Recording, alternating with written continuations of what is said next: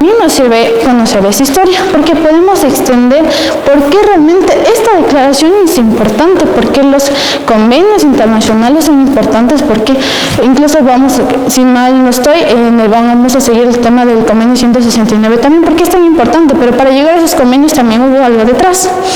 Y es lo que también quiero que se entienda, que esto todo va englobado, es íntegro y esto va por fases. No solo somos Ecuador, nosotros también somos prácticamente un integrante del sistema internacional. ¿Ya? Entonces, por ejemplo, a ver, si yo les hago una pregunta, ¿ustedes qué consideran arma de guerra? O sea, no sé, ¿usted qué considera que es un arma de guerra? O es un ejemplo, no sé. Tal vez el arma de guerra sería la discriminación. ¿Ya? ¿Alguien más? No sé, digamos que utilizarían ustedes dentro de una guerra. ¿Ustedes qué consideran que sería como para atacar a la otra persona? Armas, ¿no es cierto? Ahorita están de fama las bombas también. Uno cuando dice arma de guerra se pensaría en ese tipo de cosas, ¿no?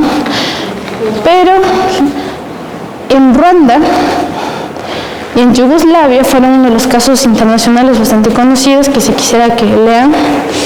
Esos dos casos presentaron que la violación también es arma de guerra. Que se puede, o sea, esta técnica de la violación también es una forma de atacar y combatir en la guerra. Uno, realmente, cuando yo lo leí, yo ni siquiera me lo tuve en perspectiva. Nunca me lo imaginé. ¿Cómo puede llegar a ser la violación, siendo ese delito, como un arma de guerra? Y decían que se puede porque automáticamente rompe el tejido social. Dañas a la otra persona. Y ahí por eso es que nosotros tenemos el término de genocidio y lesa humanidad. Ahí nace. Por eso digo, yo siempre he dicho, cada palabra, cada derecho, incluso hasta cada delito que se ha colocado y se conoce en el mundo, tiene esto detrás. Prácticamente por pelea en Ruanda fue pelea de etnias y gracias a esta pelea prácticamente decían que querían acabar con una raza y que dijeron incluso mujeres embarazadas las mataban. ¿Para qué? Para que no siga la descendencia de esa raza. Entonces una forma de arma de guerra se le consideró. Fue un impacto total, porque imagínense, o sea, cualquiera dijera, bueno, o sea, una bomba, un arma, la pistola, que esto y así podemos seguir, pero la violación. Entonces, o sea, tenemos que también tomar en cuenta qué es lo que pasó en el mundo, porque cada cosa que nosotros, el hecho de que nosotros tengamos derecho al trabajo, hubo una guerra detrás, hubo sangre detrás. Los niños, para llegar a la convención, los niños se les trataba como objeto. A los niños prácticamente eran un bien de intercambio, hacían bordeles clandestinos usando a los niños. Todo ese tipo de cosas pasaron para nosotros tener prácticamente una organización que los tutela. Por eso tenemos siempre al niño de una protección muy especial. Pero ¿cómo llegamos a esa protección alta que se tiene ahora? ¿Cómo recién llegamos a esa perspectiva que a los niños se les tenga prácticamente una estandarización mucho más alta?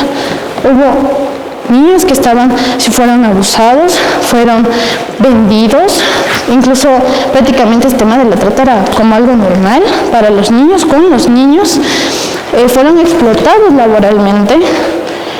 Habían centros donde se les iba, pero imagínense qué tipo de tratamiento deshumanizante se les tenía a los niños. Para llegar a nosotros decir que ahora sí se pondera a los niños, imagínense cuántos años pasaron, cuántas guerras hubo, cuántos muertos hubo. Y eso es una realidad que también es nuestra. ¿Por qué? Porque nosotros somos también parte del sistema internacional. Nosotros también tuvimos ese tipo de cosas. El desarrollo fue para todos. No solo fue por un lado, por el otro, si es verdad. Somos Ecuador, pero Ecuador también es partícipe de un sistema internacional. ¿Por qué seremos todos defensores de derechos humanos? Por el hecho de ser humanos. Estamos igual sujetos a nacionalidad, estamos sujetos a... Cuando la compañera dice somos humanos, tenemos estos derechos, ese es el sujeto del derecho. O sea, es decir, yo como persona soy sujeto de derecho. Pero ¿qué es el defensor de derechos humanos? Por ejemplo, actúan ante una injusticia, decía en el video, ¿no es cierto? O no sé, ustedes podrían compartir algún caso de cómo ustedes han actuado frente a alguna injusticia, frente a una desigualdad que han visto en sus comunidades, en sus organizaciones. Explotación laboral.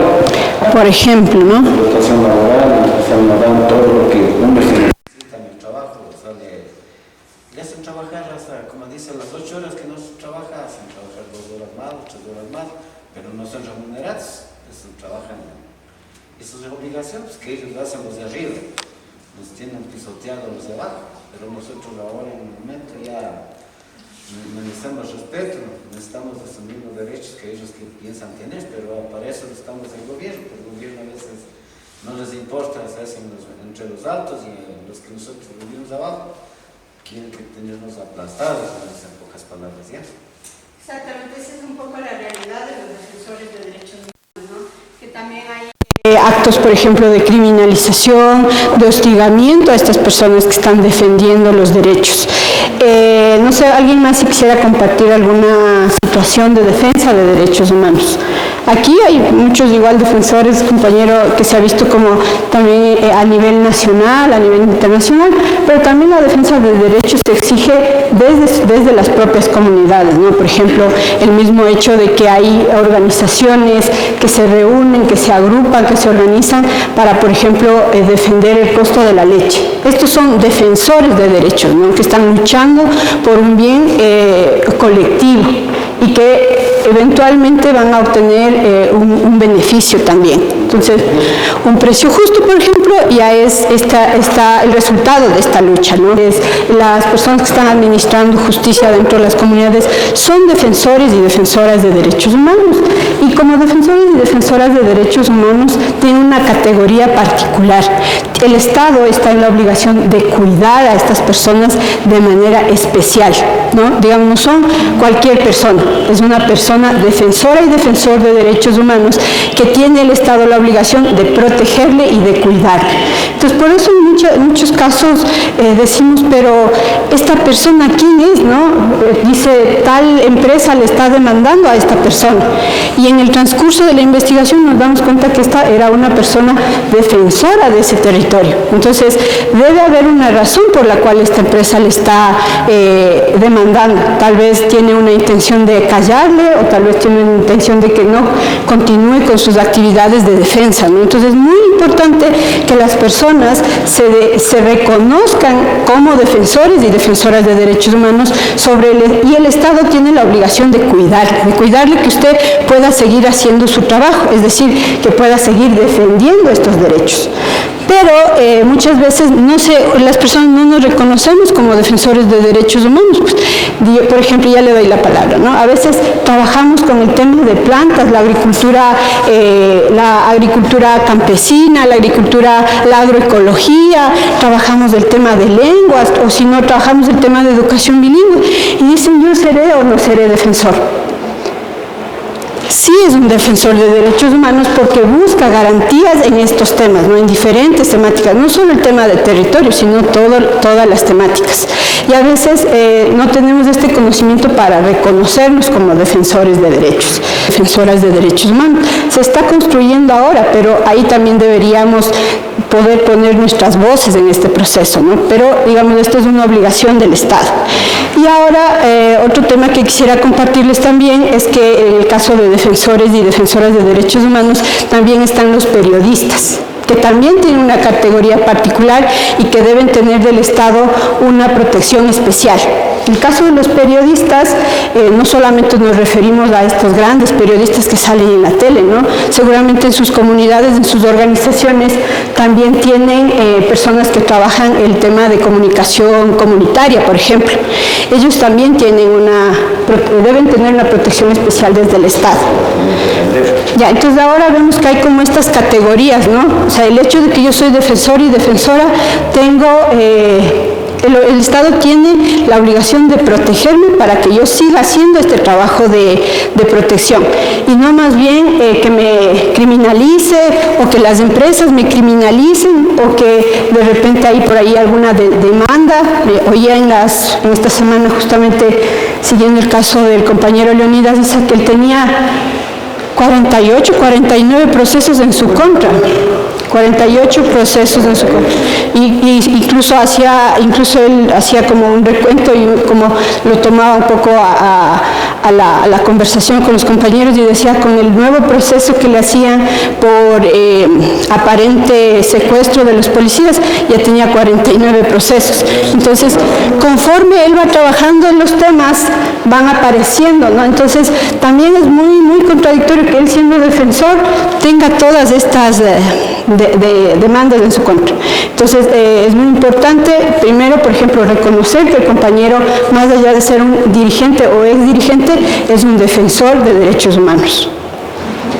Ya, entonces, quisiera yo dar paso aquí, y para defender los derechos humanos también debemos de estar educados, también debemos conocer qué derechos estamos defendiendo, porque muchas veces dicen, me pegó, pero ¿qué derecho en realidad le está vulnerando a esta persona, ¿no? Por ejemplo, el compañero aquí nos decía, está vulnerando la jurisdicción indígena. Entonces, para hablar con esta propiedad sobre los derechos que nos corresponden como personas a nivel individual y como colectivos a nivel comunitario, organizativo, vengo yo a compartirles sobre el contenido de estos dos instrumentos, el Convenio 169 de la OIT y la Declaración de las Naciones Unidas sobre los Derechos de los Pueblos Indígenas. Lamentablemente nosotros no tenemos material impreso de estas declaraciones para realizar estas capacitaciones, pero sí quisiera compartirles que pueden descargarlo en este link, porque voy a dejar la presentación, los compañeros pueden tener acceso, y en este link tienen acceso a los dos instrumentos, tanto al convenio como a la Declaración de Naciones Unidas, para que lo puedan leer de manera íntegra, ¿no?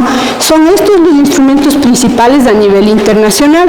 Ahora nosotros no vamos a abordar el nivel interamericano, no, solo el nivel internacional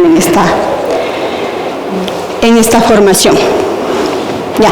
Entonces el convenio, voy a empezar con el convenio 169 de la OIT, que es un instrumento de 1989 y que el Ecuador lo ha ratificado en el año 98 y tiene 44 artículos. ¿Qué significa esto de que Ecuador ha ratificado el convenio en 1998? Con la ratificación de los convenios, los estados están en la obligación de garantizar su cumplimiento, de respetar y de garantizar su cumplimiento. Es decir, si el convenio 169 fue ratificado por Ecuador, Ecuador está en la obligación de garantizar que todo lo que dice este convenio sea cumplido en el país. Y ahora vamos a ver qué cosas se van cumpliendo, qué cosas no se van cumpliendo en relación a este convenio, ¿no? Y al final voy a hacer como algunas preguntitas, como una prueba pequeña. Ya, entonces vamos a tener una visión general de este convenio. No sé si ustedes han escuchado sobre este convenio, de qué se trata. Muchas veces en la televisión escuchamos a estos grandes líderes indígenas, ¿no?, que hablan y dicen, están vulnerando nuestros derechos, no están garantizando los convenios internacionales ni los instrumentos internacionales. Y uno dice, ¿qué será, no, eso de los instrumentos internacionales, los convenios? ¿De qué está hablando? Bueno, entre otras cosas, están hablando de que se dé cumplimiento a este tipo de convenios, el convenio 169 de la OIT. Y muchas veces el principal instrumento del que tocan, o incluso en las declaraciones públicas que hacen, o en los comunicados que hacen, ponen, conforme al convenio 169 de la OIT, consideramos que se están vulnerando estos derechos. Pero, ¿qué será este convenio? A ver si alguien ha escuchado hablar un poquito más sobre esto. Es una organización, OIT en sí son las siglas de Organización Internacional del Trabajo. Y aquí dicen, no, a ver, una Organización Internacional del Trabajo. ¿Por qué aborda el tema de derechos indígenas? ¿no? Entonces, por ejemplo, tal vez por ahí podemos empezar preguntándonos, ¿no?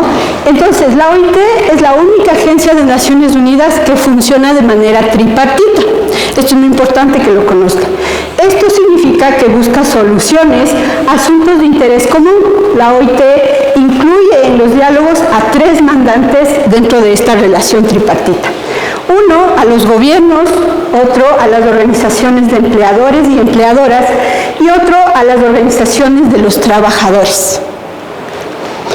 Aquí, ¿quién forma parte de las organizaciones de los empleadores? ¿Y quién forma parte de alguna organización de trabajadores? ¿Ninguno? Ya, bueno, digamos que dentro de las organizaciones de trabajadores están, por ejemplo, los gremios, las organizaciones que están trabajando por los derechos de los trabajadores, ¿no? Entonces, de aquí, ¿quién es trabajador? Todos somos trabajadores. Eso, entonces todos somos trabajadores. Eso, algunos son sindicalizados, algunos no son. Ahora, es interesante el trabajo de la OIT porque integra a todos estos, ¿no? A las organizaciones, gremios de trabajadores, pero también a las organizaciones de los empleadores. Y esto garantiza que sus opiniones se reflejen en la adopción de políticas, programas, normas internacionales del trabajo. Es decir, la Organización Internacional del Trabajo tiene dentro de su mandato trabajar en torno al derecho al trabajo en general. Y ahora otra vez les hago la pregunta, ¿por qué creen que la Organización Internacional del Trabajo estaría interesada en los pueblos indígenas?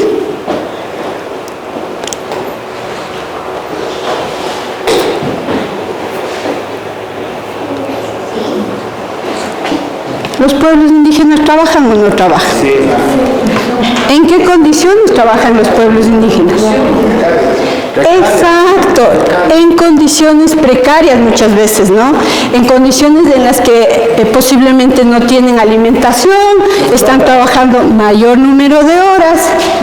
El convenio 169 de la OIT se crea en el contexto en el que los pueblos indígenas aún estaban trabajando bajo el sistema de haciendas. Entonces se veía esta realidad, ¿no? Cómo estas personas trabajan tantas horas por la utilización de un lote de terreno, pero que no reciben ninguna remuneración, no están afiliados, no tienen vacaciones. ¿Cómo puede ser posible? Entonces, viendo esta realidad sobre los pueblos indígenas, la Organización Internacional del Trabajo trabaja esta convención. Esta es una convención actualizada, ¿no? Pero es sobre la que vamos a trabajar ahora.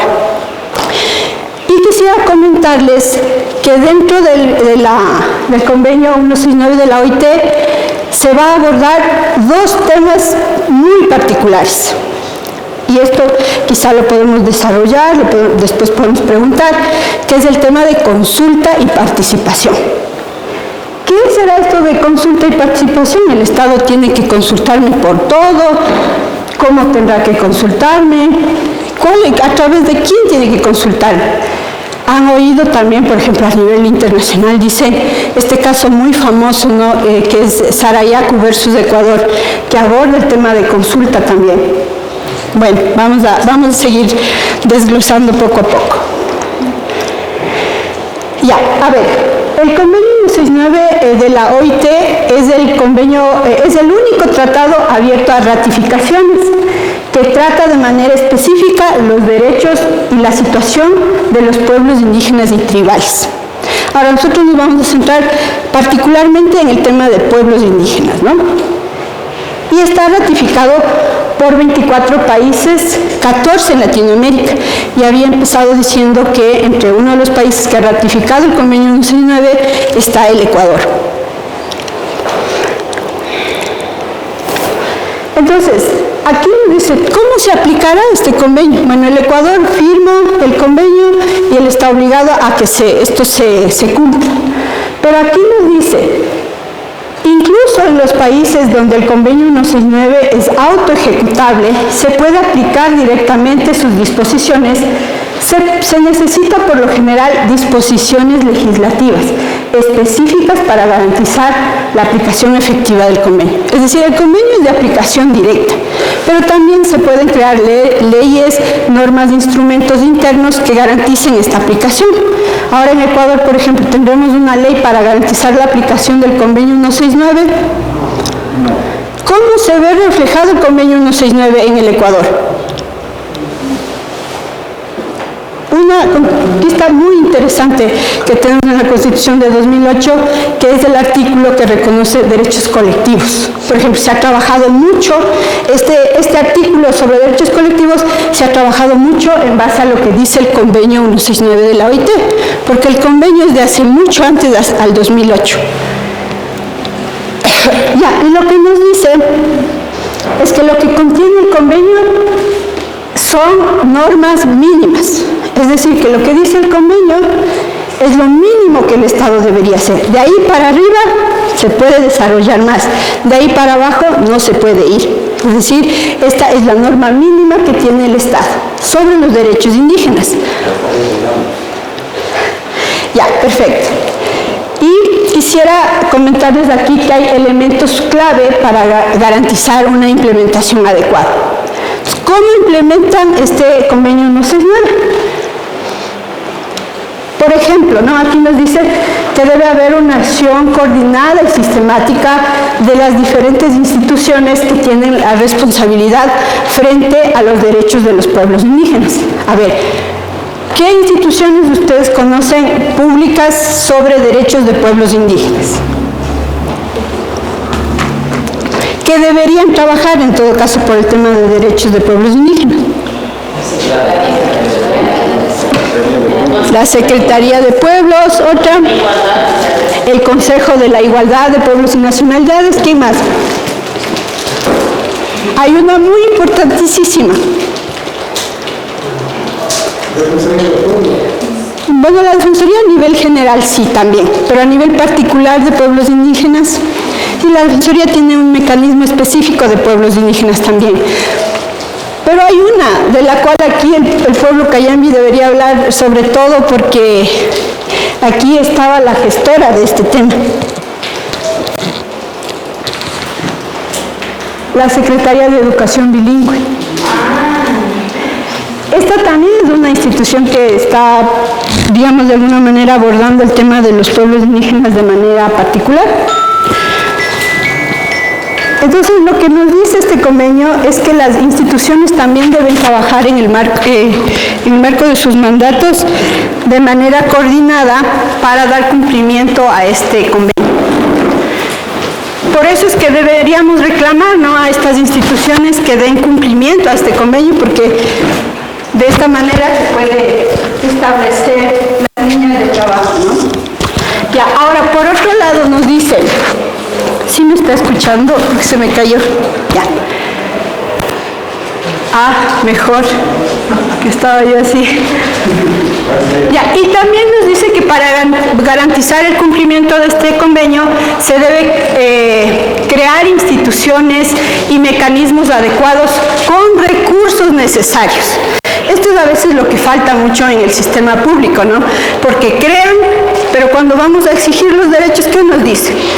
Es que no hay recursos, que no tenemos recursos. ¿Qué nos dice?